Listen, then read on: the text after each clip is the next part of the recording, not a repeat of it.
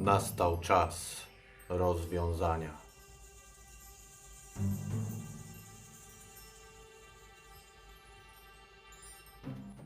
Witam wszystkich bardzo serdecznie na kanale BassGram, a to jest podsumowanie giereczkowego bingo, które zacząłem w sierpniu 2022 roku. Zapraszam!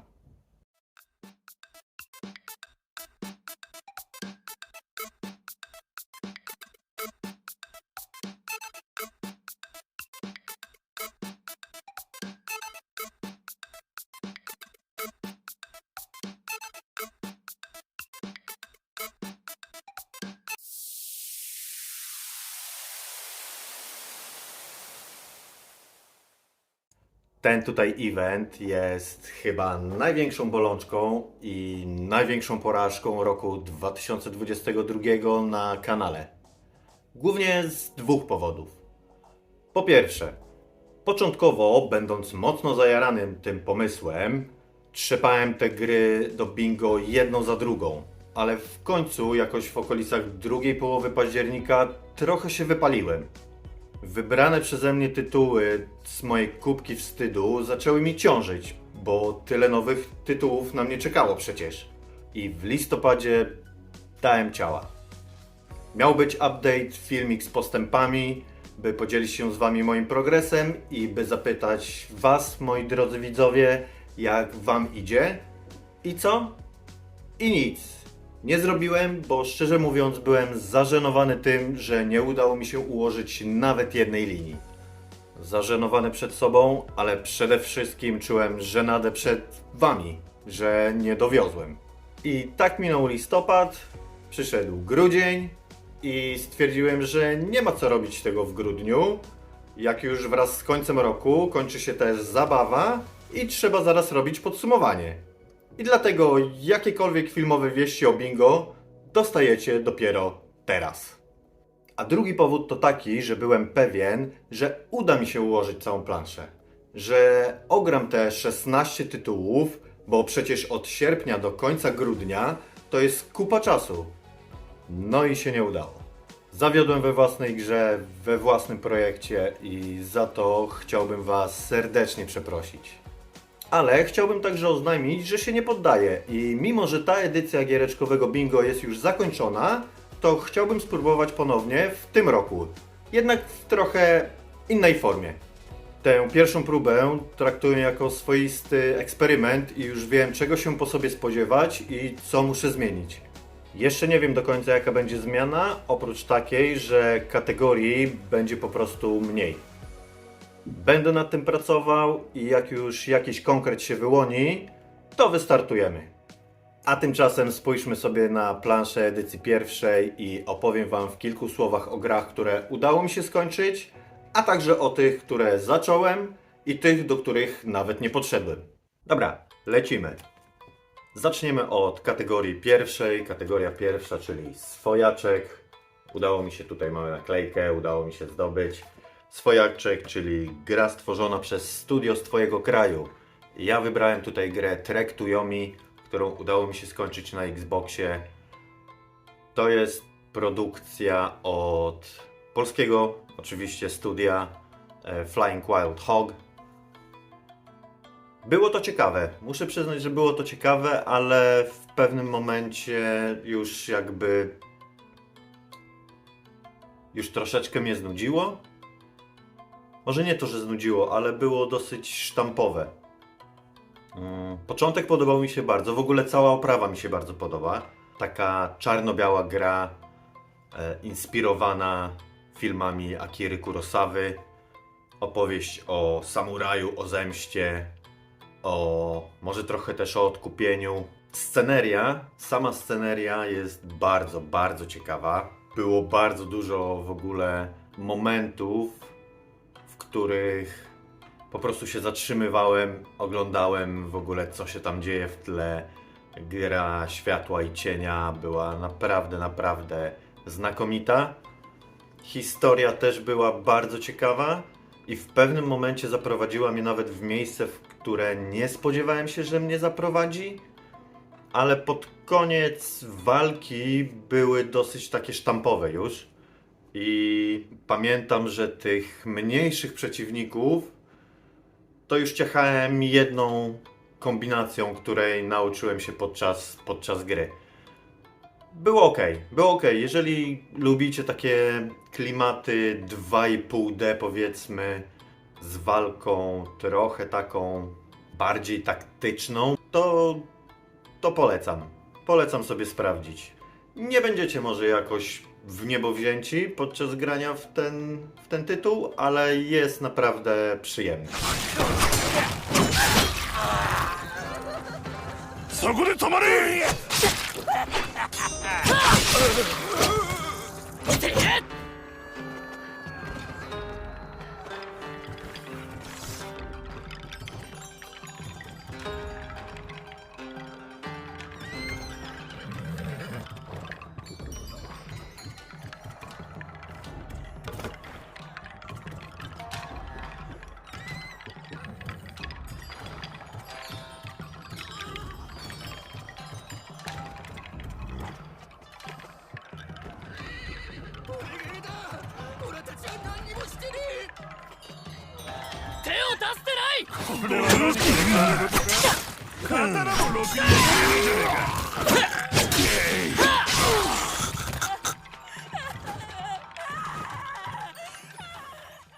Kategoria numer 2, czyli mózgowiec, również przeze mnie ukończona i ona jest na złote trofeum. Udało mi się zdobyć, mam złote trofeum. Mózgowiec, czyli gra logiczna. I tutaj wybrałem sobie jeden z tytułów, które przedstawiałem w tym pierwszym filmiku, czyli Superliminal. Jest to gra logiczna oparta o postrzeganie perspektywy i iluzje optyczne. Możemy zmieniać rozmiary przedmiotów zależnie od odległości względem gracza, by otwierać dalszą drogę. I późniejsze etapy wprowadzają dodatkowe mechaniki i łączą je z wcześniej już poznanymi, dzięki czemu gra utrzymała moją uwagę do samego końca. Jest to bardzo ciekawa, choć dość krótka produkcja, w której w kilku momentach musiałem się nieźle nakombinować i która, gdyby była w wersji VR, to na bank przysporzyłaby mi kilku niezbyt przyjemnych zawrotów głowy, bo efekty bywają oczojebne.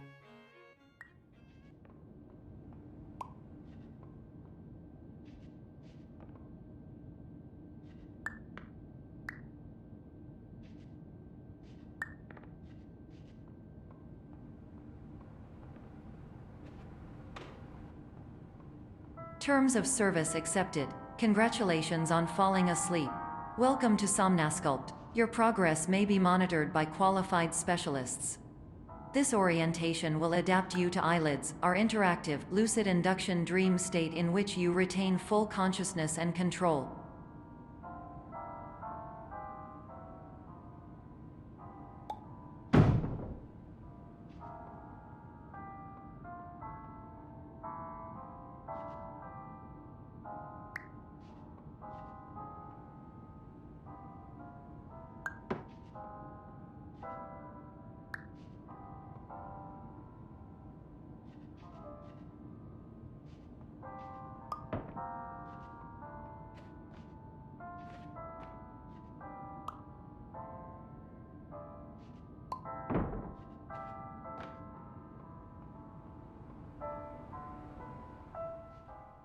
Kategoria numer 3, czyli barwinek.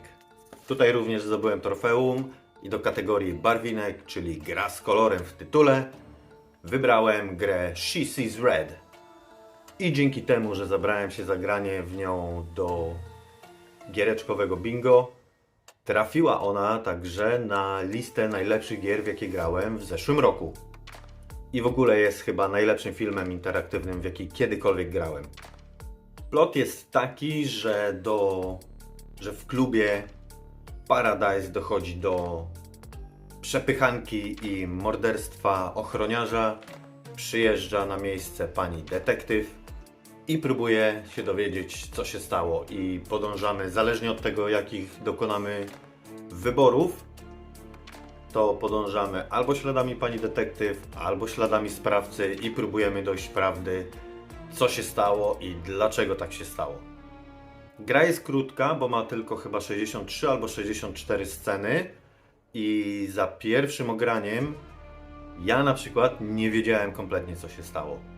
Musiałem tę grę ograć kilka razy ją ukończyć, żeby dostać taki pełny obraz całości tego, jakie były motywacje i jak ta historia się kończy. Bardzo ciekawa produkcja i polecam w nią zagrać, ale tylko i wyłącznie z oryginalnym dubbingiem, gdyż angielski jest po prostu słaby.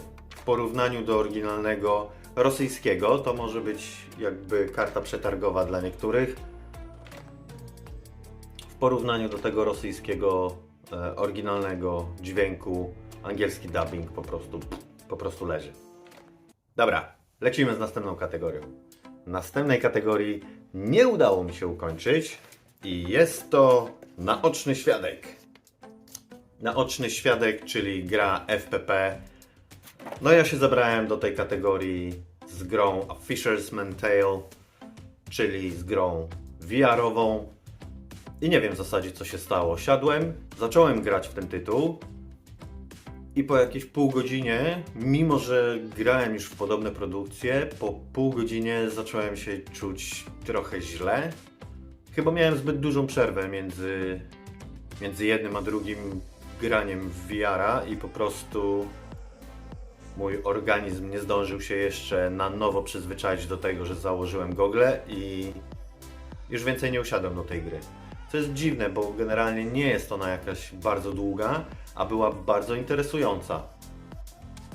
No ale nie usiadłem do niej z powrotem, no i nie ukończyłem. Żadnej innej gry pod to nie podpiąłem, gdyż chyba w żadnego FPP później już nie grałem.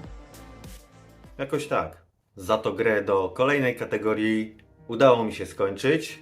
Jest to Animalista, czyli gra, w której bohaterem jest zwierzę lub stwór. I w tej kategorii również bez zmian wybrałem sobie grę, o której myślałem, że wybiorę, czyli gra Clip the Snail, w której biegamy sobie ślimakiem, który zostaje wyrzucony z cytadeli ślimaków i musi znaleźć swoje miejsce w świecie, więc przyłącza się do grupy innych wyrzutków z innych cytadel, z innych ras. Mamy tam niedosłyszącą nietoperzycę, mamy jakiegoś kameleona, jeżeli dobrze pamiętam, bo to była jedna z gier, w które grałem na samym początku. I walczymy ze zbliżającym się zagrożeniem, którym są ślimole. Ślimole, tak wygląda polskie tłumaczenie. To były chyba slag, mi się wydaje. Tych ślimaków bez skorupek generalnie. One tam atakują te wszystkie cytadele, nie wiadomo o co chodzi, ale generalnie wygląda na to, że to wszystko jest ze sobą połączone. Bardzo ciekawy koncept. Gra jest dosyć powolna, ma, że tak powiem, ślimacze tempo, ale jest bardzo ciekawy koncept i tak jak samo Clip the Snail podobało mi się średnio, na szczęście było krótkie, tak bardzo chętnie zobaczyłbym coś innego w tym świecie. No koncept uniwersum jest naprawdę ciekawy i myślę, że lepiej sprawdziłaby się na przykład taktyczna gra turowa, a na pewno komiks w tym świecie. Byłby świetnym rozwiązaniem i bardzo chętnie bym coś takiego przeczytał. Nie książka, ale komiks. Tak jest. Dobra, lecimy z następną kategorią. Następną kategorią jest Boomerang. Boomerang również ukończyłem i to jest gra, którą już ukończyłeś. No ja już ukończyłem chyba 4 razy i jest to pierwsza część Uncharted, czyli Drake's Fortune? Chyba tak. No co tu dużo mówić o Uncharted. To Uncharted chyba wszyscy posiadacze Playaków znają i wydaje mi się, że lubią. Ci, którzy Playaków nie posiadają, myślę, że też są zaznajomieni z tym tytułem. I generalnie biegamy, strzelamy, szukamy skarbów, rozwiązujemy zagadki. No po prostu frajda. Ja mogę w te tytuły z serii Uncharted grać bez końca w zasadzie. Druga część jest moją ulubioną, ale postanowiłem, że ukończę ponownie część pierwszą i tak zrobiłem. Nie mam nic więcej do powiedzenia na ten temat. Jedziemy z następną. Kolejna kategoria i kolejny ukończony tytuł Król Świata, czyli gra, która zdobyła główną nagrodę GDCA w dowolnej kategorii. I ja do tego wybrałem sobie Untitled Goose Game, które zdobyło nagrodę gry roku dla Game Developers Choice Awards w 2019. Nie rozumiem, nad czym takie zachwyty są w tej grze. Ja się w niej wynudziłem. Generalnie biegamy sobie gęsią, która robi ludziom na złość, robi psikusy. W pewnym momencie straciłem absolutnie zainteresowanie tym, co się dzieje. Sięgnąłem po solucję, sięgnąłem po rozwiązanie w internecie, żeby tylko skończyć ten tytuł i mieć go z głowy. Nie rozumiem fascynacji. Niektórym może się podobać ten tytuł, do mnie nie przemówił. Skończyłem go tylko po to, żeby go skończyć. Tyle. Okej. Kolejna kategoria w takim razie. I kolejna kategoria to jest Bobas. Bobas, czyli gra wydana w 2022 roku. Tu miałem dwie propozycje. Było bodajże Dismantle i Sifu, ale poszedłem w kompletnie innym kierunku, gdyż było już dosyć późno. Troszeczkę zacząłem panikować. W listopadzie pojawiła się gra, która zawojowała moje serce i zawojowała również moją listę najlepszych gier 2022 roku, albo gier, w które grałem w tym roku. I było to A Plague Tale Requiem. Fenomenalna gra. Fenomenalna gra, świetna historia, wyśmienita oprawa audiowizualna. Jest tam również jedna z najlepszych sekwencji ucieczkowych w grach, z jakimi się kiedykolwiek spotkałem. No po prostu rewelacja. Jest to druga część, więc zanim siądziecie do Plague Tale Requiem, zapoznajcie się oczywiście z częścią pierwszą Innocence, bo warto, naprawdę warto. I tyle. A, dodam jeszcze, że muzyka z tej produkcji gości na mojej liście odtwarzania cały czas. No jest świetna. Nie mogę się nachwalić tego tytułu. Sprawdźcie sami, jeżeli jeszcze tego nie zrobiliście. Hello, sir. Would you... Is there a magic pond here? With birds and trees? I'm not from here, you know. I just come for the market. Maybe you have a bird? No. Well, thank you, sir. Anytime. A, zanim jeszcze do następnej kategorii przejdziemy, to chciałbym tylko zauważyć, że tutaj w rzędzie ułożyłem, w sensie, że ukończyłem wszystkie gry, więc to jest moje pierwsze bingo. Tak jest, udało mi się zdobyć bingo, jestem z tego bardzo zadowolony. Powiem szczerze, że to był wyścig z czasem i własnymi słabościami. Gdyż mówię, już w końcówce roku, już dopiero w listopadzie, w zasadzie początek grudnia to było ukończenie tej linii. Jestem z tego bardzo zadowolony. Okej, dobra, lecimy do następnej kategorii. I będzie to Skok Strach. Jak widzicie, nie ma naklejki. Tu? Dobrze. Tu nie ma naklejki. A więc nie udało mi się niestety skończyć. Do tej kategorii sięgnąłem po remake Resident Evil 2 i tak jakby ukończyłem, ale nie ukończyłem. Ukończyłem historię Leona, nie ukończyłem historię Claire i według mnie to nie jest zaliczona gra, bo nie przeszedłem jej do końca.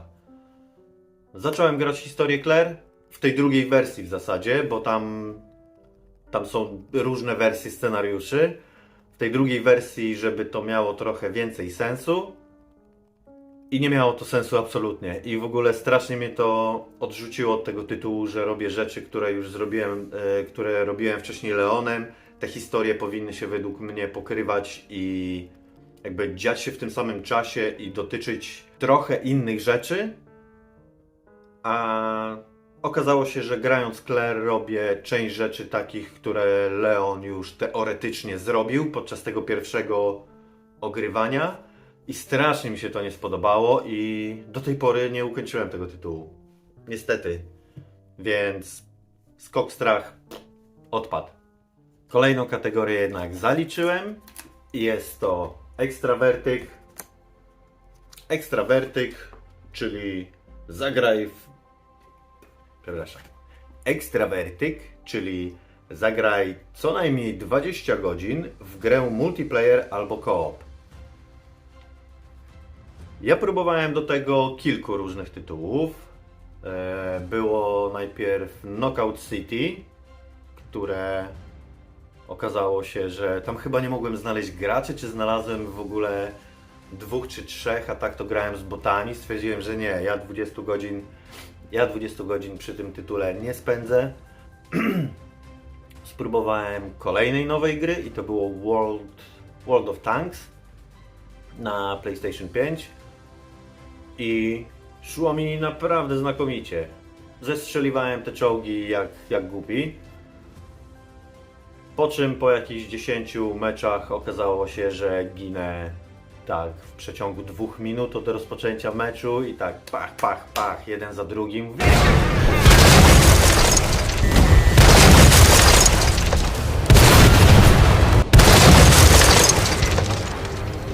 Co jest? Okazało się, że te pierwszych 10 meczy to jest takie wprowadzenie, gdzie gramy przeciwko sztucznej inteligencji, przeciwko komputerowi gramy, a później po prostu wrzucają nas w walkę multiplayerową z innymi graczami i tam po prostu dostawałem w tyłek tak bardzo, że nie wiedziałem co się dzieje i po jakichś 5 godzinach łącznie stwierdziłem, że nie, to nie ma sensu, ja tutaj nic nie zdziałam. I trafiłem na grę Century Age of Ashes, którą mogliście widzieć na moim kanale, gdyż robiłem 2 transmisje na żywo. Latamy na smokach, mamy tam różne tryby, różne smoki. Bawiłem się świetnie. 20 godzin, nawet nie wiem kiedy mi wskoczyło na ten tytuł. I po jakichś 25 godzinach nagle przestałem. Przestało mnie to nagle jarać. Nie wiem co się stało. Myślę, że takim ważnym czynnikiem, który wpłynął na to, że przestałem się dobrze bawić w tym tytule, jest crossplay. I wychodzi na to, że gracze używający myszki i klawiatury mieli znaczącą przewagę nad kontrolowaniem smoków niż ludzie grający na padach. I tak jak szło mi na początku bardzo dobrze, mimo że nie grałem przeciwko komputerowi, a grałem przeciwko innym graczom, w pewnym momencie w ogóle nie wiem, czy wszedłem już na wyższy poziom, czy co się stało, ale przestało mnie to bawić. Ale przez 25 godzin bawiłem się wyśmienicie, potrzebowałem 20, żeby zaliczyć to zadanie. Udało się, zrobione. Cyk. Kolejną kategorią było kosmoludek, czyli gra dziejąca się w kosmosie, science fiction. I tu muszę przyznać, że przez goniący mnie czas, przez to, że brakowało mi już tych tytułów, które miałem ukończone, trochę złamałem tutaj zasadę i zamiast brać grę z mojej hałdy wstydu, wziąłem po prostu nowy tytuł. I jest to tytuł, który również znalazł się na mojej liście najlepszych gier, w jakie grałem w 2022 roku i jest to The Callisto Protocol, gdzie niesłusznie albo też słusznie uwięziony pilot transportowca trafia do więzienia, a tam wybucha jakaś dziwna epidemia, jakieś dziwne stwory i trzeba przeżyć. Bardzo wielu ludzi narzeka na ten tytuł. Mnie się on bardzo podobał, dlatego m.in. trafił na listę najlepszych. I tyle. Jeżeli chcecie się dowiedzieć trochę więcej o tym, co mam do powiedzenia na temat tej gry, to zapraszam do podsumowania roku 2022. Już prawie kończymy. Kolejna kategoria etyk. Etyka również udało mi się ukończyć i to jest gra z wyborami moralnymi. Do tej kategorii wybrałem sobie drugą część The Dark Pictures Anthology, czyli Little Hope. Z początku gra ma bardzo irytujące postacie, szczególnie wykładowca, ale z biegiem gry to się trochę zmienia, chociaż nauczyciel nadal jest najbardziej wkurzającym bohaterem, a najsympatyczniejszą postacią jest Andrew, czyli postać grana przez Willa Poultera. Ciekawa tematyka, bo mamy tu historię o małym amerykańskim miasteczku, małym nawiedzonym amerykańskim miasteczku z procesami czarownic w tle. Jest gęsta, mroczna atmosfera, dużo lasu i opuszczona mieścina spowita mgłą. Przywodzi to na myśl trochę Silent Hill, ale takie gorsze trochę, muszę przyznać. Dwie rzeczy, które sprawiają, że nie jest to najlepszy tytuł pod względem gameplaya, to, że czasami bohaterowie opowiadają o rzeczach, których nie widzieliśmy na ekranie, albo które zostały wycięte, albo są, ale dostęp do nich będziemy mieli dopiero jeżeli uruchomimy grę w trybie Curator's Cut, czyli jakby takiej wersji reżyserskiej. Nie każdy jednak na takie rozwiązanie się zdecyduje, zwłaszcza że Curator's Cut trzeba dodatkowo pobrać i można zagrać dopiero po jednokrotnym ukończeniu gry. Więc te luki psują wrażenia z gry. A drugim elementem to jest to, że jak w większości tego typu gier, bardzo często podejmowane przez nas wybory nie odzwierciedlają tego, co po ich podjęciu się dzieje, albo co myśleliśmy, że się wydarzy. Nie mówię już o tym, że w większości nie ma tak naprawdę wyborów, które chcielibyśmy podjąć, wybieramy więc mniejsze zło. No tak to jest w tych produkcjach. Tak samo było w The Quarry, tak samo było w Until Dawn na przykład. To wszystko są gry od jednego producenta, od Supermassive Games, więc to jest trochę taka ich nie najlepsza wizytówka, powiedzmy. Zdarzają się tutaj również takie dość dziwne kąty i ustawienia kamery, szczególnie w trakcie bardziej dynamicznych momentów. Miały one chyba budować nastrój, ale generalnie sprawiały, że wyrywały mnie z akcji. Mimo tych niedociągnięć myślę, że jest to bardzo ciekawa gra, szczególnie fabularnie i jest na pewno lepsza od części pierwszej, czyli Man of Medan. Dajcie szansę, jeżeli jeszcze się nie skusiliście na ten tytuł.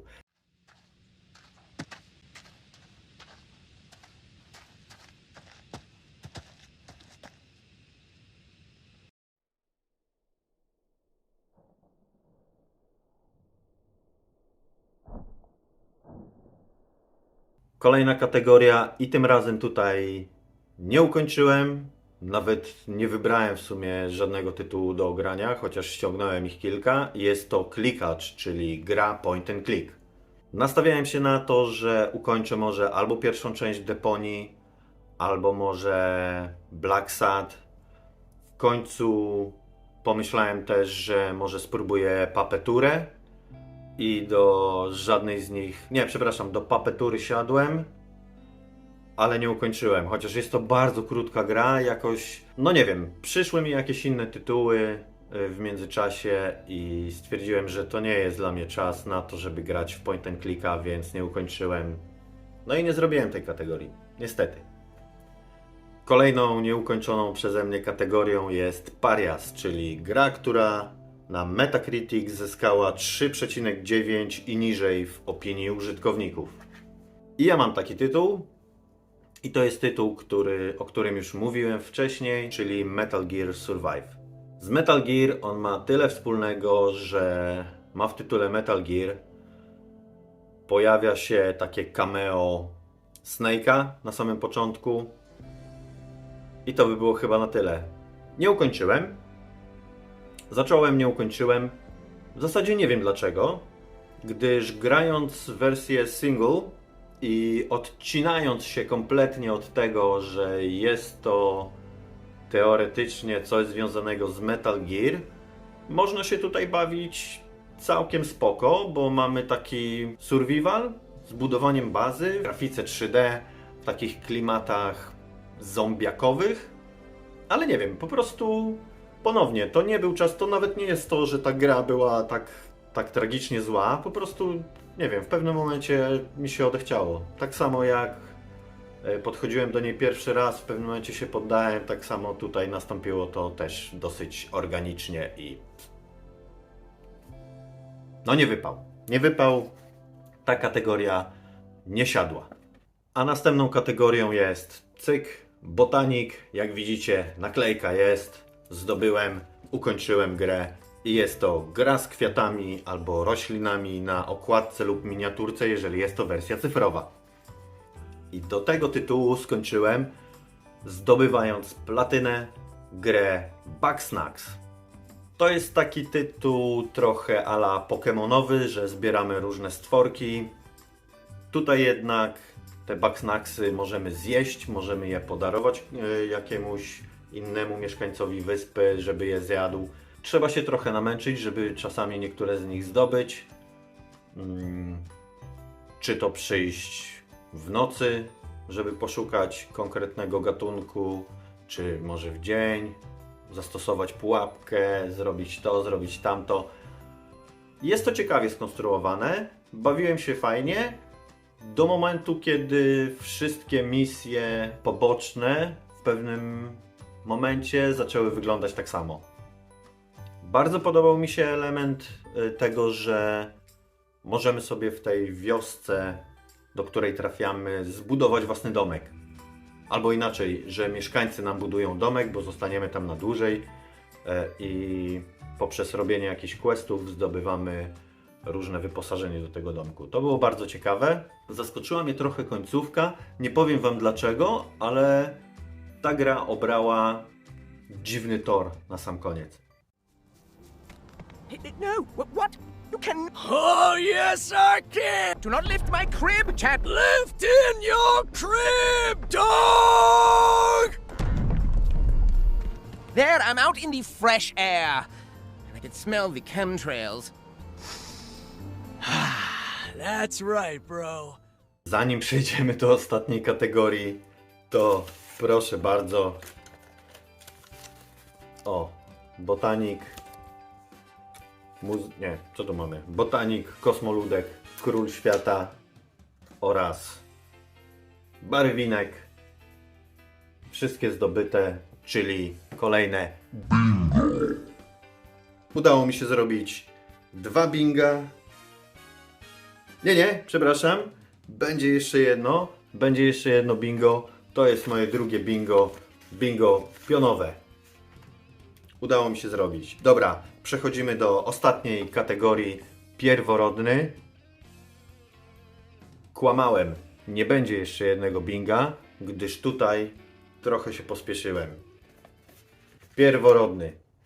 Pierworodny, czyli gra będąca pierwszą częścią cyklu. Jak widzicie, jest tu naklejka, ale to schrzaniłem. Nakleiłem tą naklejkę, nie wiem, w szale naklejania naklejek, jak tutaj doklejałem te z tych zdobytych. Ja nie zrobiłem tej kategorii. Ta kategoria w ogóle nie weszła, więc tak, mam tylko 2 binga. Do tej kategorii zabrałem się za 2 tytuły. Pierwszym z nich była pierwsza część Gears of War, którego nigdy nie grałem, chciałem spróbować. Kompletnie mi nie siadło. Festiwal testosteronu w tej grze z mega napakowanymi kolesiami po prostu no nie przemówiło to do mnie. Gameplay według mnie zestarzał się tak, że nie przemówił do mnie. Ja nie mówię, ja lubię zagrać w starsze gry. Niedawno ukończyłem nawet Prince of Persia Forgotten Sands, w którym bawiłem się świetnie. To jest gra jeszcze z czasów Xboxa 360 i PS-a trójki. Gears of War, no nie mam z tą grą żadnych wspomnień, żadnego sentymentu do niej nie mam, gdyż to było moje pierwsze ogrywanie, nie siadła mi kompletnie, nie ukończyłem. Zabrałem się za granie do tej kategorii w takim razie za Amnezję, The Dark Descent i też nie ukończyłem, nie starczyło mi czasu, zabrałem się za nią dopiero po świętach i tak ogrywałem, skończyłem ją, ale skończyłem ją dopiero w styczniu, a nasza zabawa trwała tylko do końca grudnia. Więc tak, myślałem, że będę miał trzecie bingo, ale nie, to jest tu ściemnione, tutaj nie ma naklejki. Wyobraźcie sobie, że tutaj naklejka się nie pojawiła.